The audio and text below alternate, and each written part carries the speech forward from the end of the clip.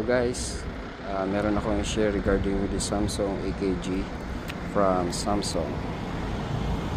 Proven and tested siya guys, kasi alam nyo, nasuko sa water yung isang piece ng aking earbuds, and then almost 2 years ko siya na soak.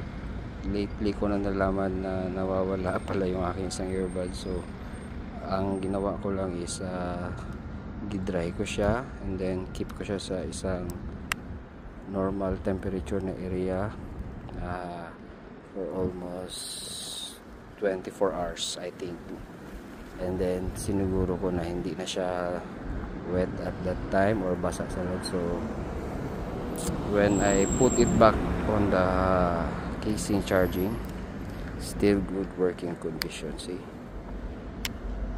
yes, all your good condition.